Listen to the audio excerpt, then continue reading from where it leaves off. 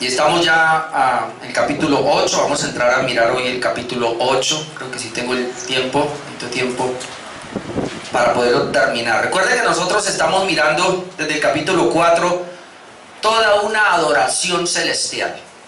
Capítulo 5 se nos muestra al Cordero como inmolado allí. Recuerden que estamos viendo el trono, el que está sentado en el trono, el Cordero como inmolado, hay un mar de cristal muy grande, hay una multitud. Allí hay 24 ancianos, 24 tronos, hay 4 seres vivientes, ángeles que vienen, luego vemos una multitud que está adorando. Pero el punto del capítulo 5 es lo que venimos viendo, porque de ahí es que se abre todo el libro, porque la pregunta es, se ve que de la mano derecha del que está sentado en el trono, Jesús, el Cordero, dice que toma un libro o un rollo. Y cuando él toma ese rollo, dice que tiene 7 sellos. Entonces, la pregunta es, ¿quién es digno de desatar esos sellos? Y es interesante porque al final uno ve que dice, ¿por qué el Cordero es digno? Y se da la razón, porque Él fue inmolado, porque murió por nosotros, porque Él es el creador, porque sostiene todo. Él es digno, pero ¿es digno de qué? De recibir el honor, la gloria, la honra, el poder, la autoridad. Quiere decir que ese rollo, o ese pergamino, digámoslo de esa manera, o ese libro, como lo quiera mirar, que tiene 7 nudos o 7 sellos, cada vez que se va desatando ese sello, y si logra desatar los 7 sellos, Él es el que tiene el poder, el que tiene la autoridad. Y no se halló, por eso no se halló ninguno, ni en el cielo, ni en la tierra, ni debajo de la tierra. Y el único que se halló fue Jesucristo, el Cordero inmolado, Él fue el único. Así que Él comenzó a desatar esos sellos, y cuando desata el último sello, ahí, que es lo que vamos a ver ahora, ahí donde Él tiene todo el poder y tiene toda la autoridad sobre la creación. Eso es lo que estamos viendo entonces. Veamos los primeros 6 sellos, capítulo 6. Y antes de desatar ese séptimo sello, se hizo una especie de pared, que si lo veíamos hace 8 días, capítulo 7, donde están los 144.000 sellados y una gran multitud.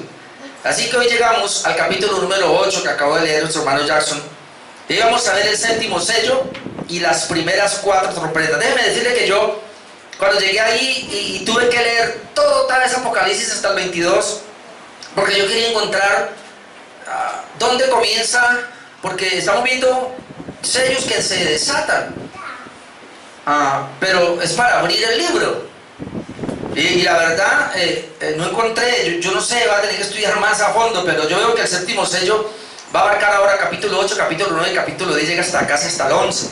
De ahí en adelante comienzan a haber otros sucesos, pero yo no sé si ya son resultado del sello 7 o tiene que ver ya con lo que está escrito en el libro. Realmente la Biblia no nos es clara allí. Pero bueno, lo importante es que la idea era que al desatar cada uno de esos sellos íbamos a tener entonces una palabra de Dios pues para la iglesia en todos los tiempos, y eso es lo que ha estado pasando.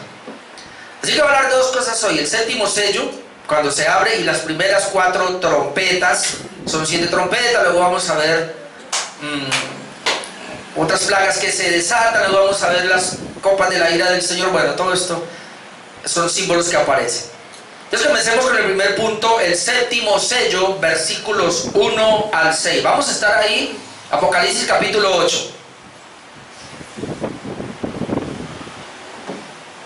El séptimo sello, versículos 1 al 6. Lo primero que encontramos aquí en el versículo 1 es que la abierta del séptimo sello produce un silencio por un espacio de media hora. Dice el versículo 1, cuando abrió el séptimo sello, por fin llegamos a ese séptimo sello. Y es el Cordero, ¿no? Es el Cordero el que está desatando, el que está abriendo los sellos. Entonces cuando el Cordero inmolado llega y desata el séptimo sello, dice que se hizo silencio en el cielo como por media hora. Ahora, esa palabra media hora no le pongamos tanto cuidado de que es media hora, no, es un tiempo corto, no sabemos cuánto, pero lo que sí sabemos es que se hizo silencio en el cielo. Ahora, muchas preguntas vienen, ¿qué pasó? Porque los otros sellos no hubo ese silencio. En el sello número 1 veíamos un caballo blanco que decimos que es Jesús, que sale venciendo y para vencer. Sello número 2, 3 y 4 veíamos otros 3 caballos, que está hablando de toda la maldad que se va a dar en la tierra, aún en contra de los cristianos. Sello número 5, veíamos el clamor de aquellos cristianos que habían muerto como mártires, y sello número 6 veíamos la ira de Dios, hablando de esa ira de Dios cuando Él viene, obviamente, a coger a todos estos malvados y echarlos al mismo infierno. Veíamos que era la parte final del juicio de Dios. Aquí, hermanos, se introduce un silencio en el séptimo sello, cuando es que dice cuando lo abre, cuando lo abrió. Pareciera que yo estaba pensando y decía, bueno, parece ser que eso es lo único que dice, de ahí en adelante sería ya lo que hay en el libro, pero no. Dice que cuando abrió el séptimo sello se hace ese silencio, y ese silencio, hermanos, es con el fin de prepararnos para el carácter terrible de los juicios que se describirán enseguida. Ese toque de trompetas que vamos a comenzar a ver no son otras cosas que los juicios de Dios sobre la tierra. Hermano, yo quiero decirle algo, porque normalmente nos enseñaron acerca del amor de Dios, de la misericordia de Dios, y la gente siempre ha tenido a ese Dios de amor, un Dios bonachón.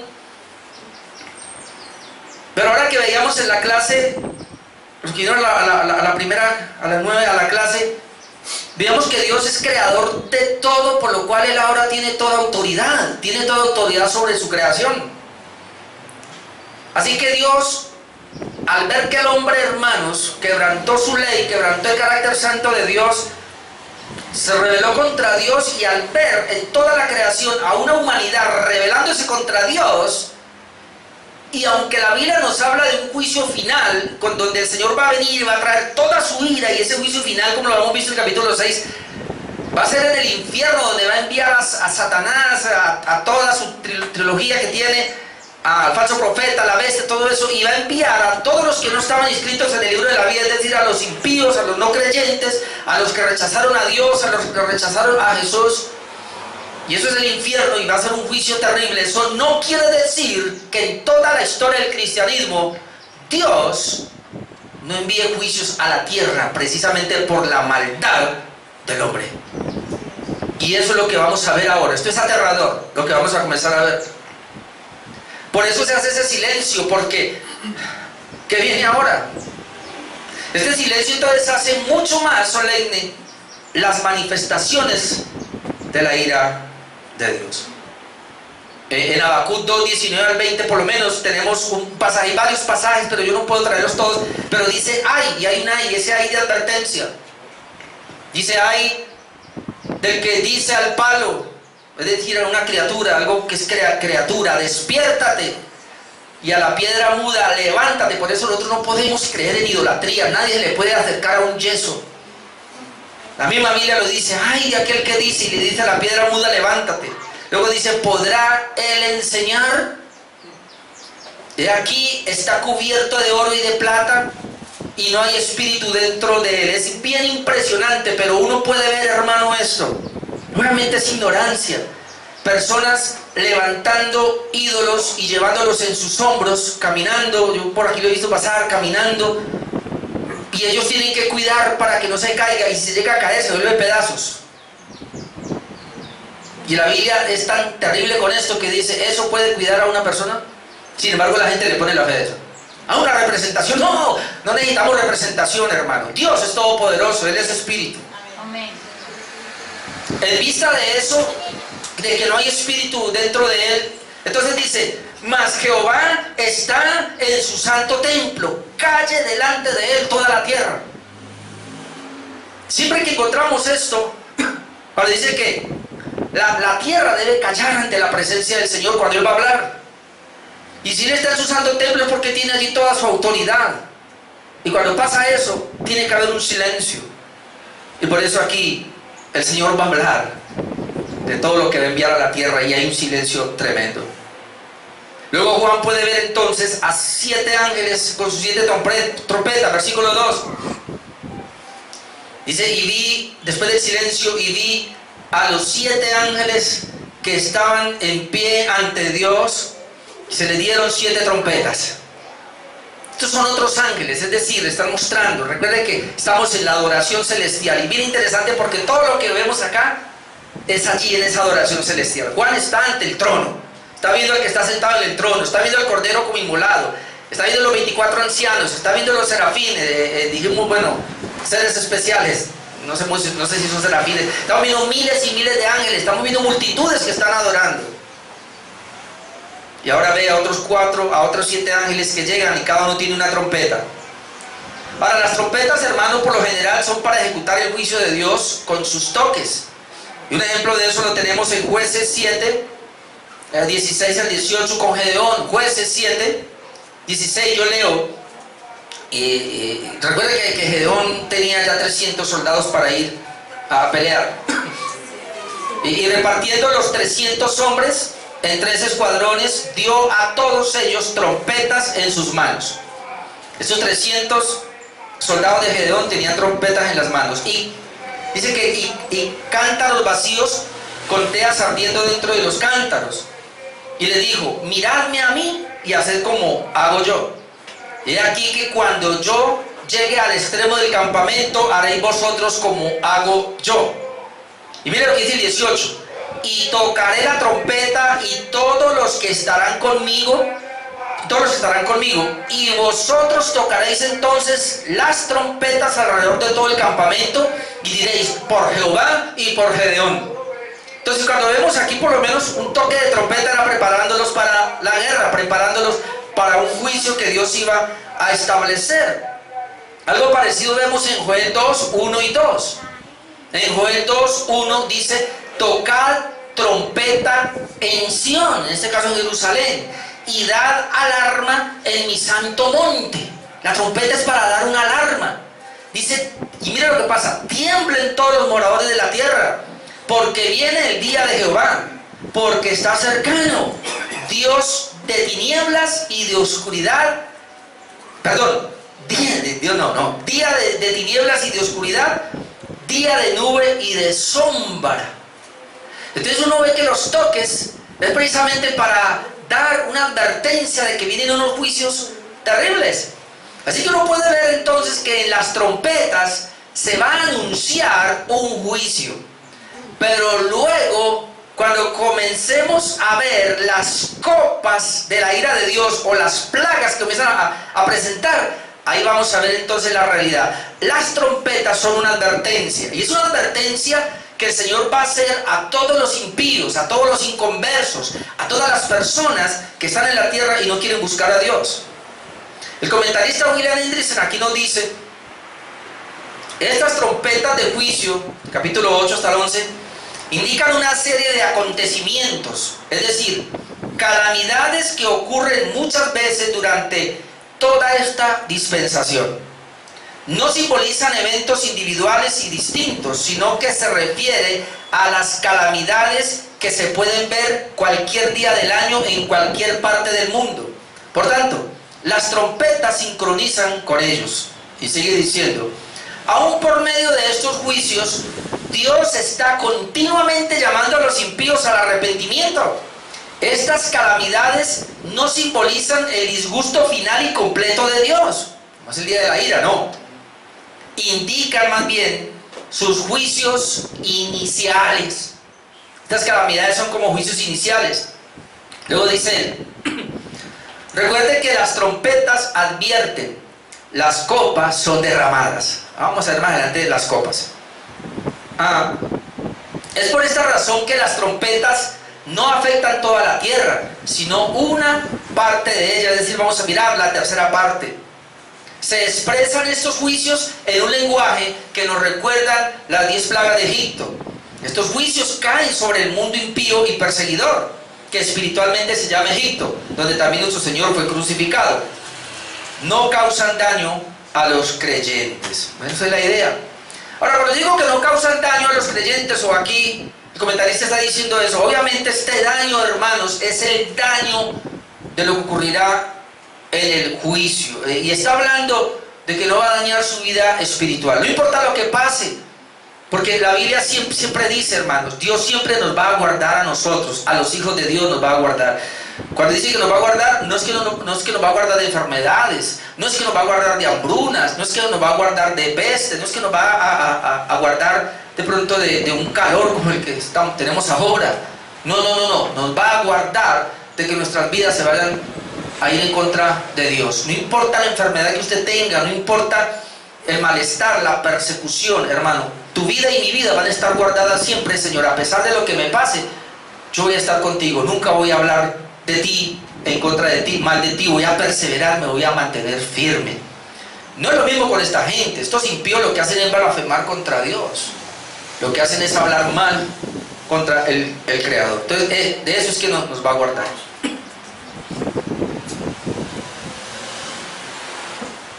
Ahora, en el versículo 3 vemos que Juan ve otro ángel con un incensario. Y esto a mí me llama mucho la atención, hermano. Quería quedarme ahí, pues no sé todavía. Versículo 3 dice: otro ángel, fuera de los 7, otro ángel vino entonces, y esto es antes del toque de la primera trompeta, y se paró ante el altar. Hay un altar ahí. Ahí está hablando del altar de oro, del altar de incienso que estaba ya en el lugar santo. Se paró ante el altar con un incensario de oro. Dice que ese ángel traía un incensario de oro y se le dio mucho incienso. Ojo con eso. Para añadirlo a las oraciones de todos los santos sobre el altar de oro que estaba delante del trono. Esto a mí me impresionó, hermanos, porque aquí, ¿qué es lo que vemos? Ya habíamos visto nosotros, hermanos, que ese incienso son las oraciones de los santos. En Apocalipsis 5:8 lo habíamos visto, donde dice: cuando hubo tomado el libro, los 4 seres vivientes y los 24 ancianos se postraron delante del Cordero. Todos tenían arpas, note, y copas de oro llenas de incienso, que son las oraciones de los santos. Así que todos los santos se refiere a la iglesia en todos los tiempos, que cada vez que nosotros oramos se llama oraciones de los santos. Es como un incienso que sube a la presencia de Dios. Pero ¿qué es lo que vemos ahí? Y lo quiero volver a leer el versículo, porque esto es impresionante. Dice que otro ángel vino y se paró ante el altar con un incensario de oro. Es decir, esto ya no es un oro, habla de pureza. Y llevaba el incensario de oro ese ángel y se le dio mucho incienso. Pero dice que ese mucho incienso se le dio ¿para qué? Para añadirlo, digámoslo de esta manera, al incienso de los santos. Digámoslo de esta manera: él llevó un incensario de oro y se le dio muchas oraciones, se le dio muchas intercesiones para añadirlo a las oraciones o a las intercesiones de los santos. Y luego dice que así subieron a la presencia de Dios. ¿Qué es lo que vemos aquí, hermanos? Porque esto me llamó poderosamente la atención. ¿Qué es ese mucho incienso? ¿Qué es eso que es oro? No nos habla de otra cosa, sino de la intercesión de Jesús. En la Biblia encontramos una y otra vez que a pesar de que Jesús nos salvó a nosotros, nos justificó, nos dio al Espíritu Santo, aún así, hermanos, nosotros somos tan débiles y tan carentes. Nuestras oraciones son tan carnales todavía, tan terrenales, que muchas veces ni son la voluntad de Dios, que dice la Biblia que el mismo Espíritu Santo nos ayuda a orar como conviene en Romanos 8, porque nosotros no sabemos orar. Y encontramos en Hebreos, en Juan, en el mismo Romanos, donde dice que el Señor está a la diestra de Dios intercediendo por nosotros. Es decir, tu oración y mi oración no sube a Dios. Pero soy hijo de Dios, pero no sube a Dios, a no ser que se le eche mucho incienso a esas oraciones para que suban. Es decir, y esto a mí me impactó y dije: Señor, ¿qué es esto? Quiere decir que cada vez que tú y yo vamos a orar, hermano, necesitamos la intercesión de Jesús, que es mucho incienso, sus oraciones a favor de nosotros, y se añaden a la oración que nosotros hacemos bíblicamente. Y entonces así es que suben a la presencia del Señor. Tu oración sola no sube. Necesitamos la oración de Jesús. Esto es impactante, hermano. Entonces ahora vemos que el ángel en su mano lleva el humo del incienso junto con las oraciones de los santos a la presencia de Dios. Versículos 4 y 5, vean.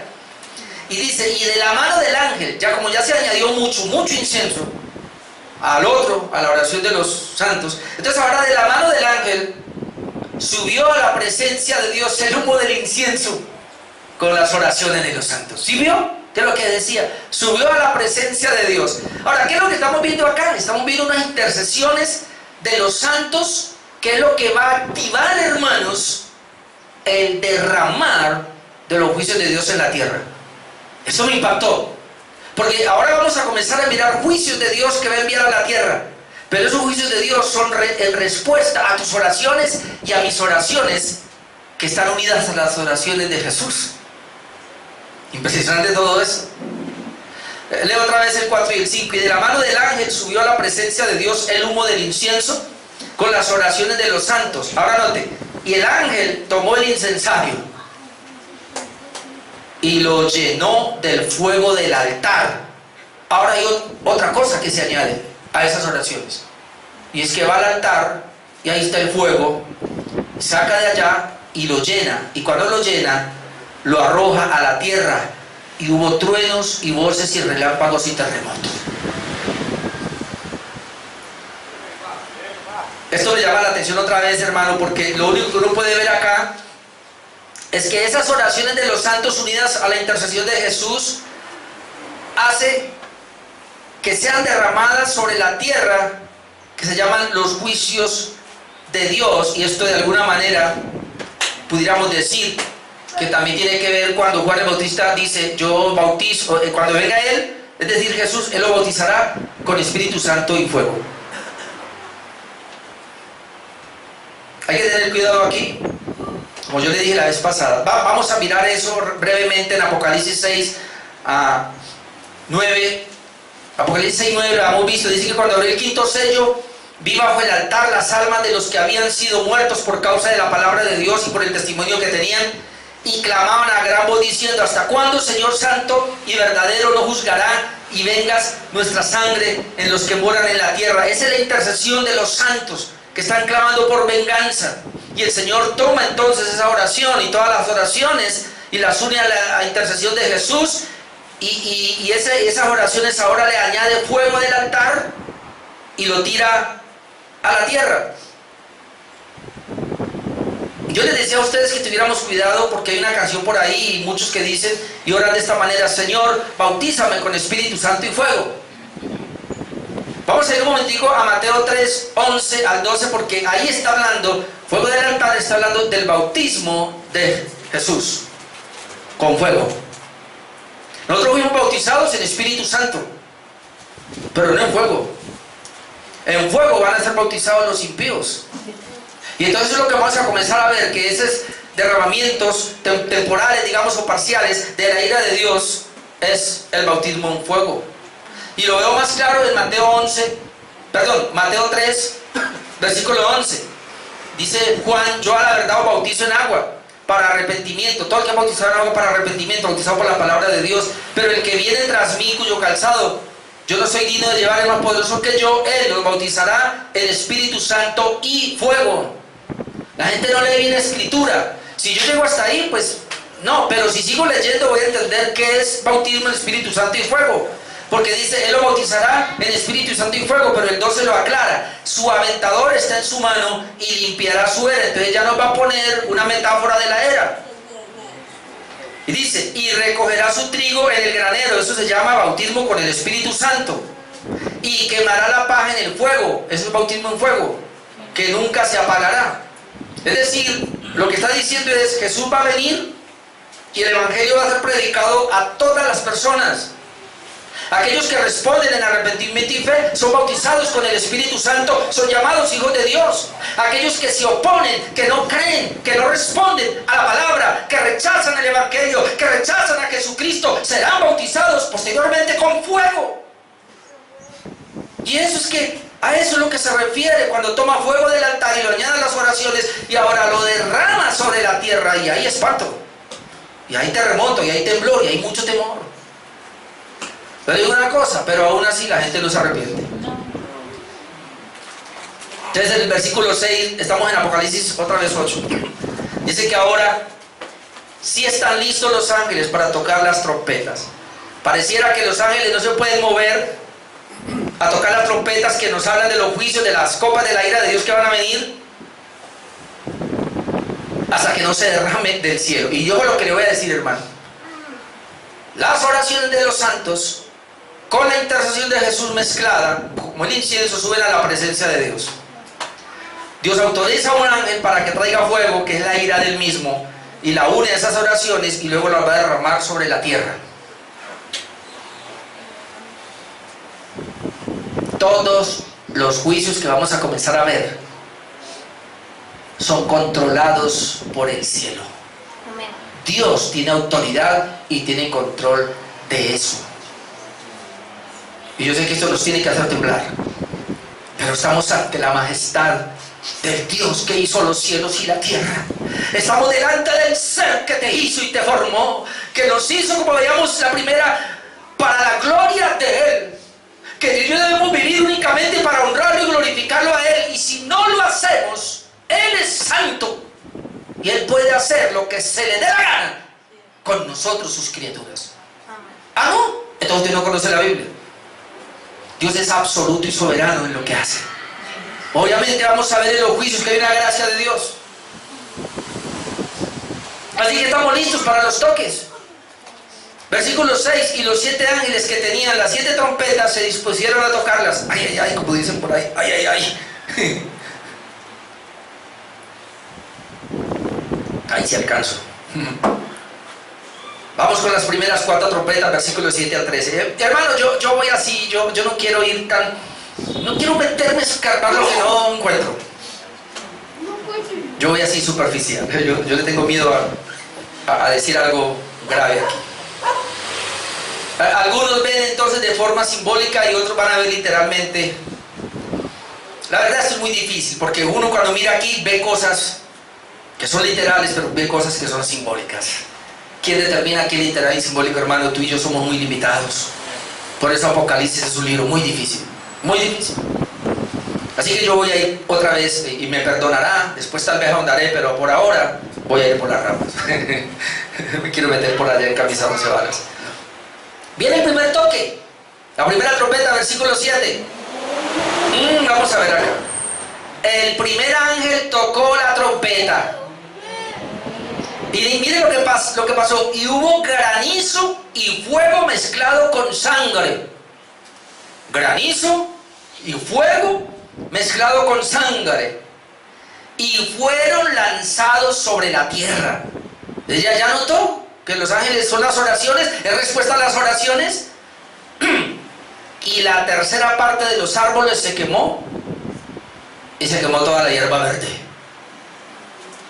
Ahora, aquí hay una gracia de Dios, obviamente, hay un juicio que lo envía, pero solamente sobre la tercera parte de la tierra. Perdón, de los árboles. Sí, aquí hay que mirar bien.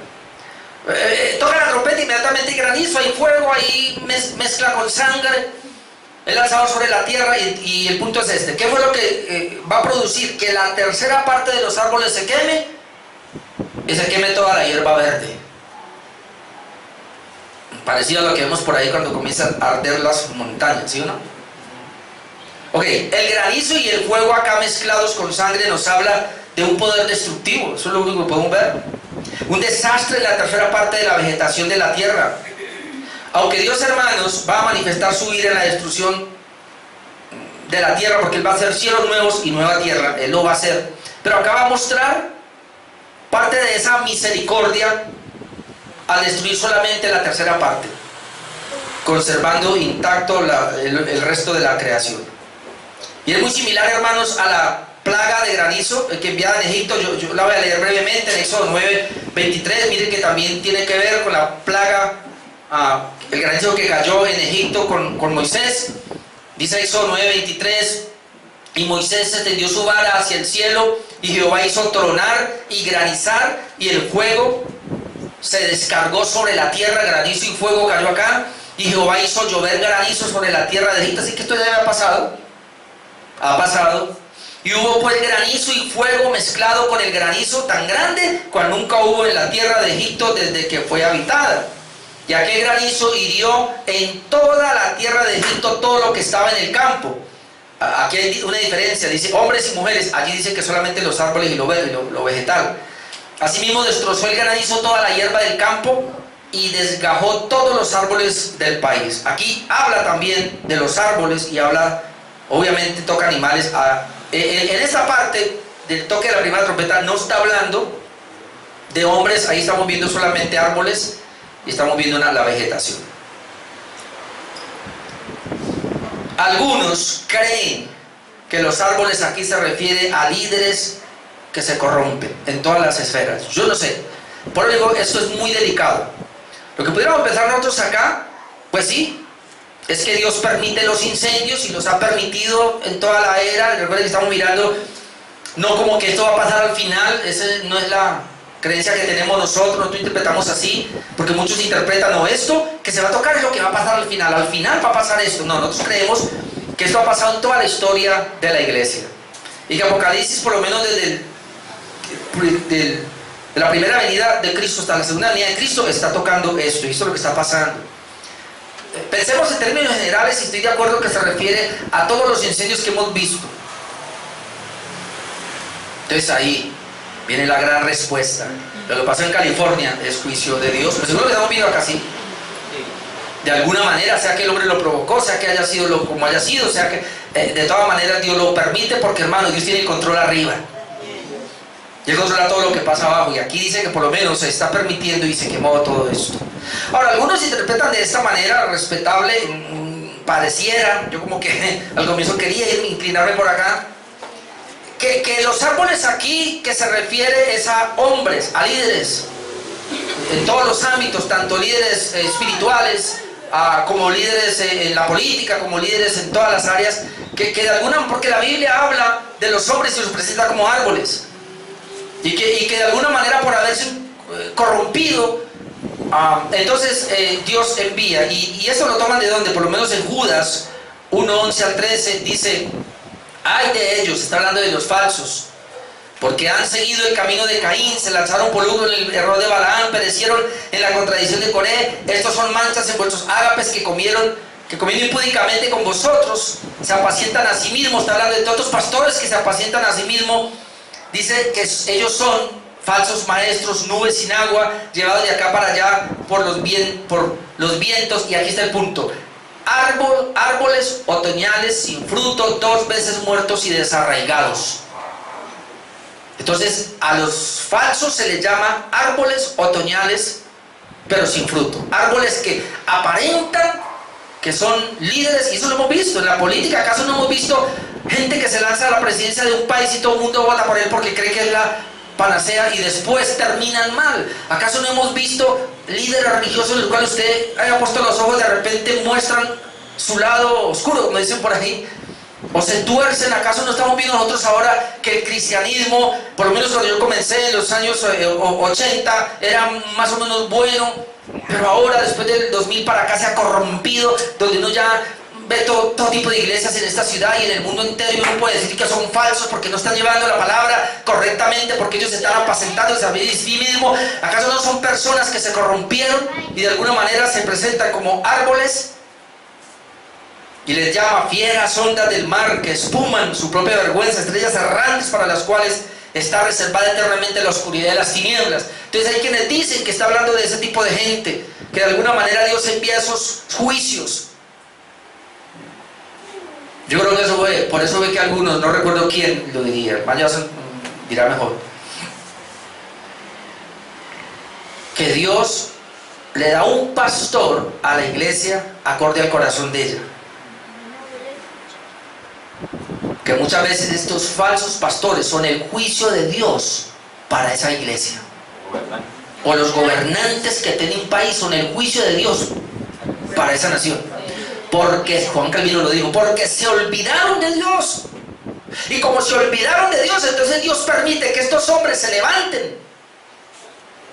Y por eso es juicio. Es una manera, usted mirará qué va a hacer, yo solamente se la presento ahí. Pero por lo menos entendemos allí, hermano, que la tercera parte, ¿y dónde está la gracia de Dios? Que menos mal que fue la tercera parte. Que hay 2 partes de toda la humanidad que el Señor siempre va a preservar y va a dar su gracia. Así que tranquilos, que si usted ve que se está ardiendo California, no todo se va a arder. Si se está ardiendo, no todo va, es una tercera parte. Si usted ve corrupción entonces y lo ponemos en los hombres corruptos y se levantan pastores y la gran... Una tercera parte no más. Dios tiene otros reservados, así no los conozcamos, que son puros. Y confiamos que esta iglesia está por ahí, amén. No por mí, hermano, sino por la palabra que se predica. El segundo ángel tocó la segunda trompeta.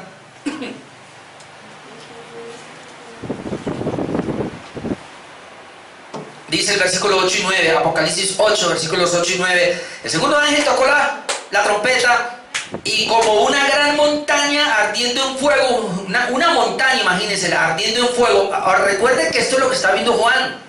Tiene una visión. Él dice, ¿cómo? No es que es una montaña, ¿cómo? Como una gran montaña ardiendo en fuego, fue precipitada en el mar. Y otra vez, y la tercera parte del mar se convirtió en sangre, es decir, hubo muerte.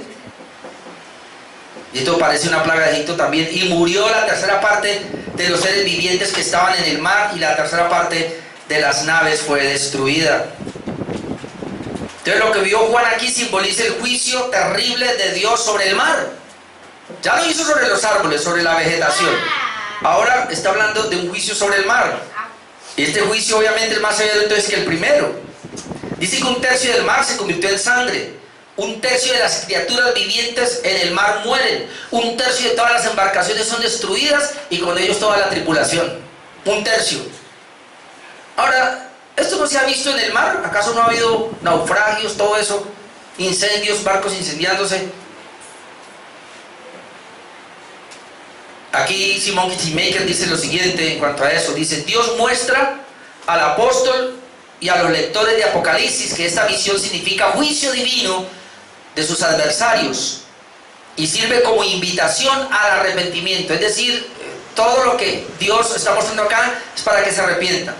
El pueblo experimenta el efecto de esta montaña colosal que se arroja al mar, que extingue las llamas y el fuego. Es un cuadro de terrible castigo que cae sobre los que están en estas aguas. Es decir, el Señor comienza a enviar los juicios por toda parte. Ya tocó la vegetación, los árboles, ahora está tocando el mar. Entonces, a diferencia de la primera plaga en Egipto, que todas las aguas se convirtieron en sangre, aquí hay gracia de Dios al ser solo una tercera parte. Recuerden, la primera plaga en Egipto, ¿cuál fue? El río Nilo se convirtió en sangre y todos los arroyos, todo lo que había se convirtió en sangre. La diferencia con el mar es que solamente una tercera parte. Pero es muy parecida.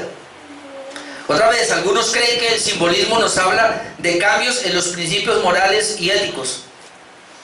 Aplicándolo pues, o sea, volvemos otra vez. ¿Hemos visto eso en el mar? Claro que lo hemos visto. Incendio, embarcaciones incendiadas, ahogadas como sea, perdidas como sea. Pero algunos dicen acá, no. Lo que está hablando aquí, es eso que pasó allá, está simbolizando cambios en los principios de la moralidad y de la ética.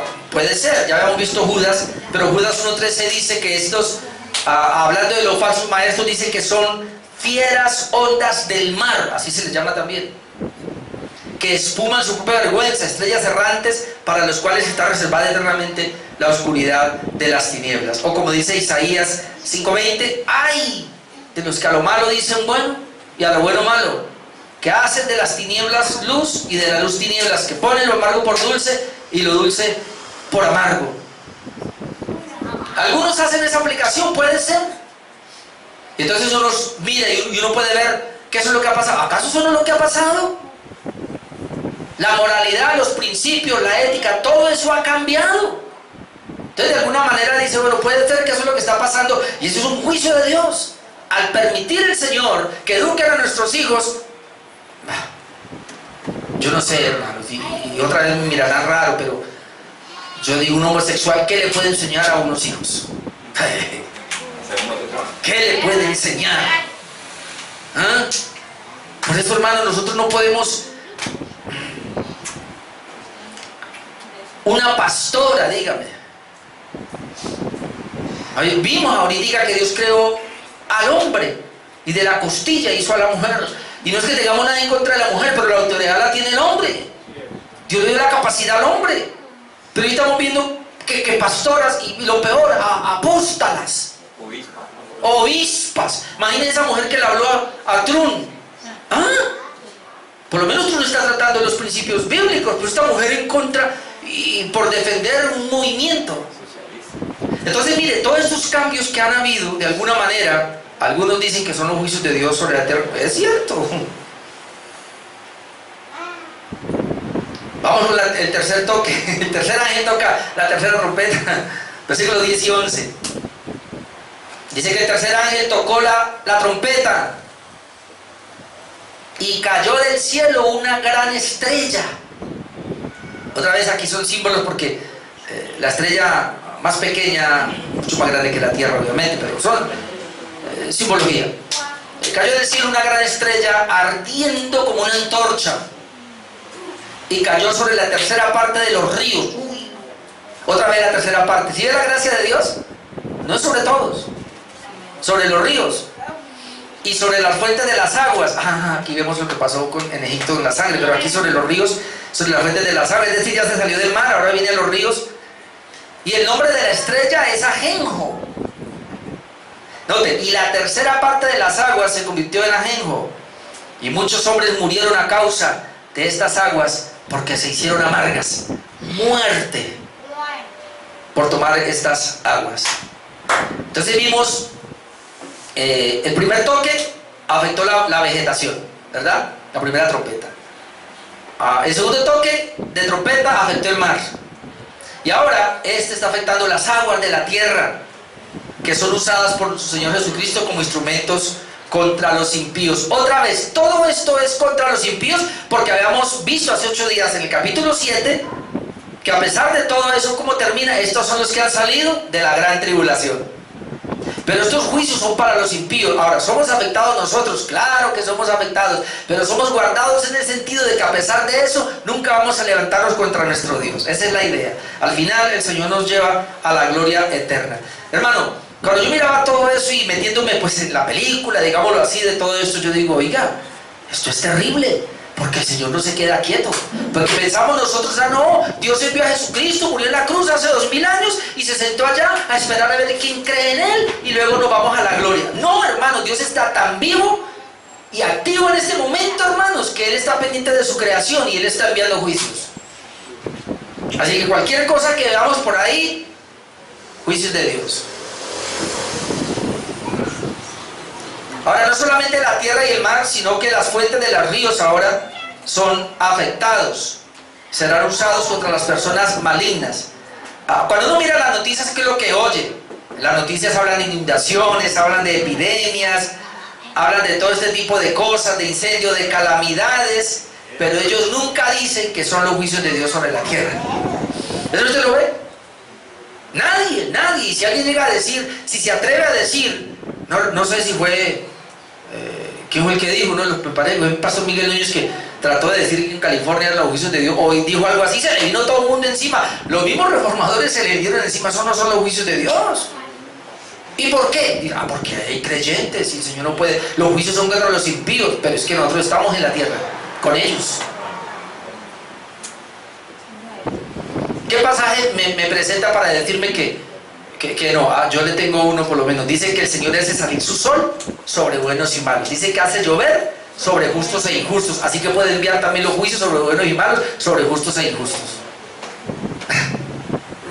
Problema. Alguien me va a decir que estoy mirando a Dios como muy malo. No, yo no estoy mirando que Dios sea malo. Él gobierna. Él tiene el control. Él es soberano, Él es absoluto. Y las decisiones de Dios son puras, son santas. Y son justas, hermano. Lo que pasa es que nosotros todavía, a pesar de que estamos en la reforma y todo, pero todavía somos muy sentimentales y todavía nos vamos por ahí, por esos lados. Kistimaker nos dice aquí, y estoy tocando mucho a Kistimaker porque yo digo, Dios mío, yo no soy tan capaz para poder descifrar estas cosas. Necesito ayuda, y él me ayuda aquí cuando él dice: esta estrella incandescente que cae sobre ríos, lagos, lagunas, contamina el agua potable y por consiguiente mata a quienes la beben. Una vez más leemos acerca del juicio de Dios sobre sus adversarios, expresado en lenguaje simbólico y que transmite una realidad espiritual, para que se arrepientan. Eso es lo que podemos ver. Ahora, el nombre de la estrella se llama ajenjo, y el ajenjo produce aflicción, produce amargura, según Lamentaciones 3:19, donde nos dice: acuérdate de mi aflicción. Y note que Dios está hablando: mi aflicción y de mi abatimiento, del ajenjo y de la hiel. Así que el ajenjo es símbolo de aflicción y es símbolo de amargura. Pues entonces algunos precisamente por eso creen que acá se refiere a la amargura que produce el pecado o la maldad. Que cuando esa estrella va a caer y va la tercera parte del agua, produce vida, entonces se refiere a que sí, en los ríos, en las lagunas, se produce amargura. Entonces, que no es otra cosa que el pecado. Hay varios pasajes, pero quiero tomar uno nomás, que sería Proverbios, para todos, pero agarrémonos los hombres. Proverbios 5, 3, 4. Proverbios 5, 3 dice: porque los labios de la mujer extraña destilan miel. Aquí dice mujer extraña, pero en otras versiones es la prostituta. ¿Sabía usted que toda mujer que le es infiel a su esposo no es una caída? La llama la Biblia prostituta, la llama ramera. Pero dice: porque los labios de la mujer extraña o ramera destilan miel. Esto es lo que por lo general se ve, una infidelidad, miel. Y luego dice: y sus palabras es más blanda que el aceite. Por eso el adulterio, mire, es miel y es como aceite blando, mas su fin es amargo como el ajenjo. Mas su fin es amargo como el ajenjo, agudo como espada de dos filos. Y pudiéramos aquí involucrar todo el pecado, no solamente el adulterio acá, pero todo pecado es así. Es dulce al principio, es suave como el aceite, pero al final termina en una amargura, amarga el alma, amarga la vida del que peca. Por lo menos a mí me ha pasado así. Uno ofende a Dios, hermano, y uno es el que se hiere, uno es el que se maltrata. Así que de alguna manera eso es lo que puede ver. Y entonces, ¿qué es lo que estamos viendo nosotros? La multiplicación del pecado está produciendo tanta amargura que ya los matrimonios hoy ya ni duran. En menos de 2 años, el 50, el 60% de los matrimonios hoy día terminan en divorcio. No aguantan, no aguantan ya 2 años hoy día. Es más, se van a casar y ya están, ya cada uno tiene. Yo tengo mis cosas y usted tiene sus cosas. Nos unimos. Pero yo tengo mi economía y usted tiene su economía. ¿Pero por qué así? No, porque es que si no funcionamos, usted con lo suyo y yo con lo mío. ¿Dónde está que somos una sola carne? Perdóneme, mujeres y varones de acá. Pero si tú te uniste a ese cónyuge y no son capaces de unir la economía y unirlo todo, ¿para qué se unieron?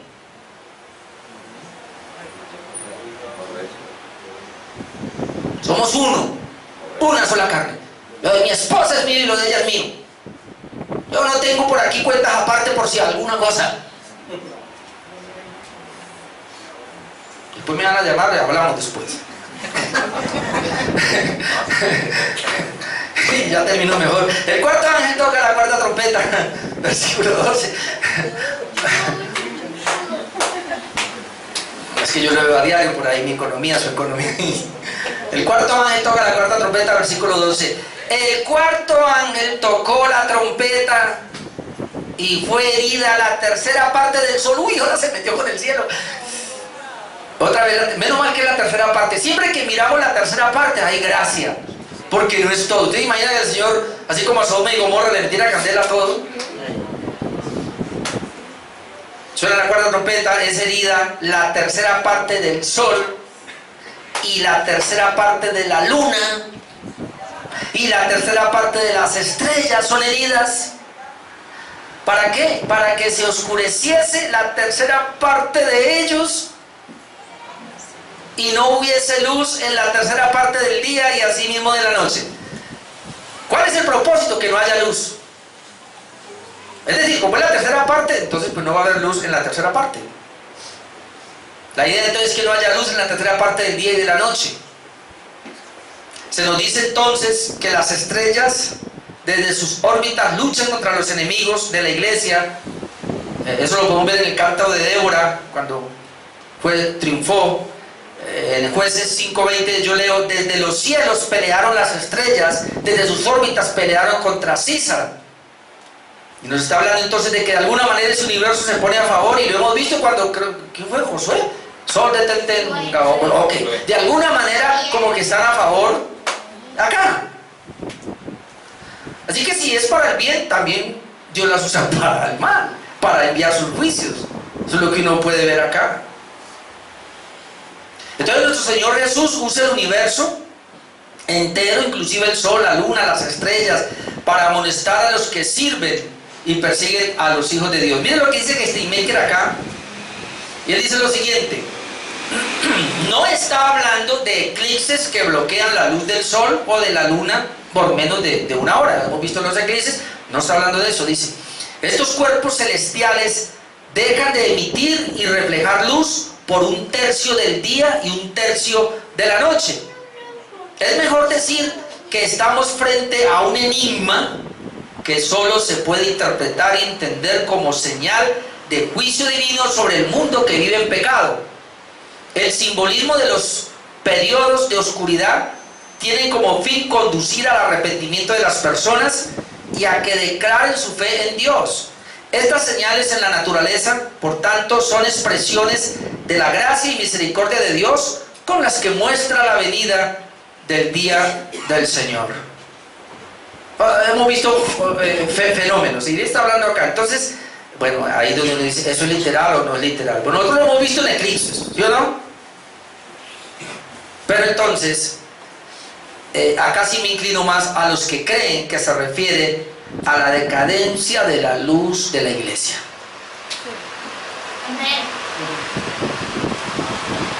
El sol, la tercera parte; la luna, la tercera parte; las estrellas, la tercera parte, y no van a brillar. En Juan 8:12, hermanos, yo leo: otra vez les habló Jesús diciendo: yo soy la luz del mundo. El que me sigue no andará en tinieblas, sino que tendrá la luz de la vida. Un juicio de Dios, pudiéramos decir, pero si no está de acuerdo no importa, pero un juicio de Dios según esta cuarta trompeta, que se oscurece la tercera parte del sol, de la luna y de las estrellas. Uno puede ver que aquello que estaba resplandeciendo ahora ha mermado. Y el Señor lo dijo, y no voy a ir allá, pero en Mateo 5 el Señor dice que nosotros somos la luz del mundo. Y que una lámpara no se enciende para ponerla debajo de una mesa, sino que es para que alumbre a todos los que están allí. Así alumbre vuestra luz. La Biblia habla una y otra vez que nosotros somos la luz. Aquí dice: vosotros sois la luz del mundo, el Señor dijo. Y si esa luz que en nosotros hay comienza a perderse, a quitarse, hermanos, el mundo se va a oscurecer. Así que hay una tercera parte de la iglesia que está perdiendo su luz, que está perdiendo su brillo, y por ende el mundo está entrando en oscuridad, y Dios lo permite para ver si esta gente se arrepiente. Yo lo veo como una advertencia para nosotros también. No permita que la luz, dice, no recuerdo ahora el texto, Pablo, sea tinieblas. Porque puede ser, cuando la esencia del carácter de Dios en nosotros se pierde, cuando la santidad de Dios en nosotros se pierde, cuando somos más mundanos que cristianos, cuando permitimos el pecado en nuestras vidas, ¿no se va perdiendo la luz? Así que eso nos tiene que llamar la atención, este juicio, esta cuarta trompeta. Ahora, puede ser que eso llegue a pasar en algún momento, está bien, sí puede ser. Pero yo quiero que pensemos de esta manera. Y finalmente, Juan oye a un ángel advertir sobre los toques siguientes. Versículo 13 para ir terminando. Eso lo miraremos dentro de 8 días. El capítulo 9 para mirar el toque 5 y 6.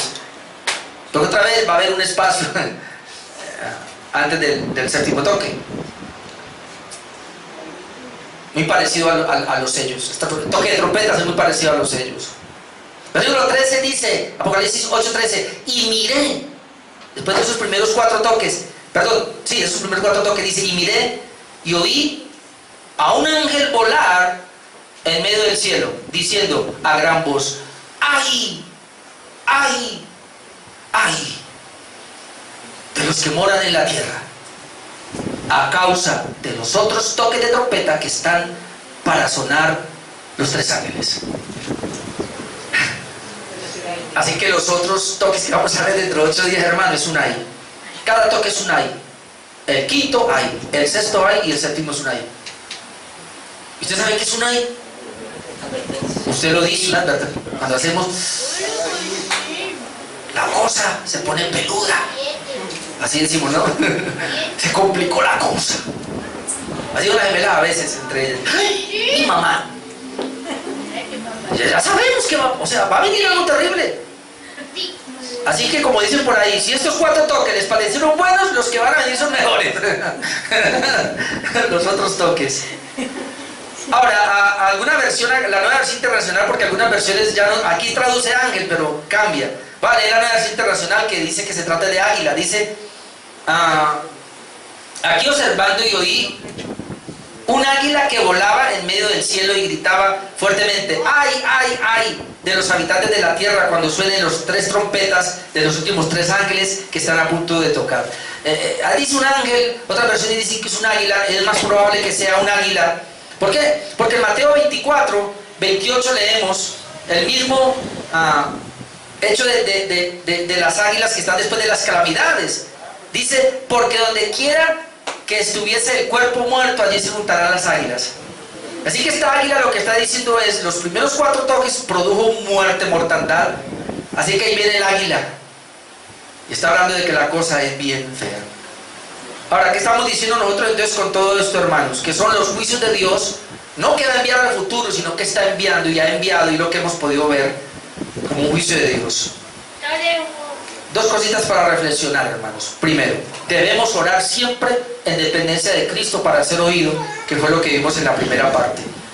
Que tu oración sea como un incienso que sube a la presencia de Dios, pero para que llegue tiene que estar unido al incienso de Jesús, a la intercesión de Jesús. Más dependencia del Espíritu Santo para orar, y ahí está la intercesión de Jesús. Y lo segundo, que aunque los juicios de Dios de diferentes maneras se manifiestan para alentar a los impíos, los creyentes debemos recibir también esa advertencia. No solamente es para los impíos, es para nosotros. Y miremos todo esto y apliquémoslo hasta donde nosotros también hacemos parte de irritar a Dios en su ira para que envíe esos juicios. Y que la iglesia debe estar es para manifestar a Dios, su carácter. Amén. Oremos.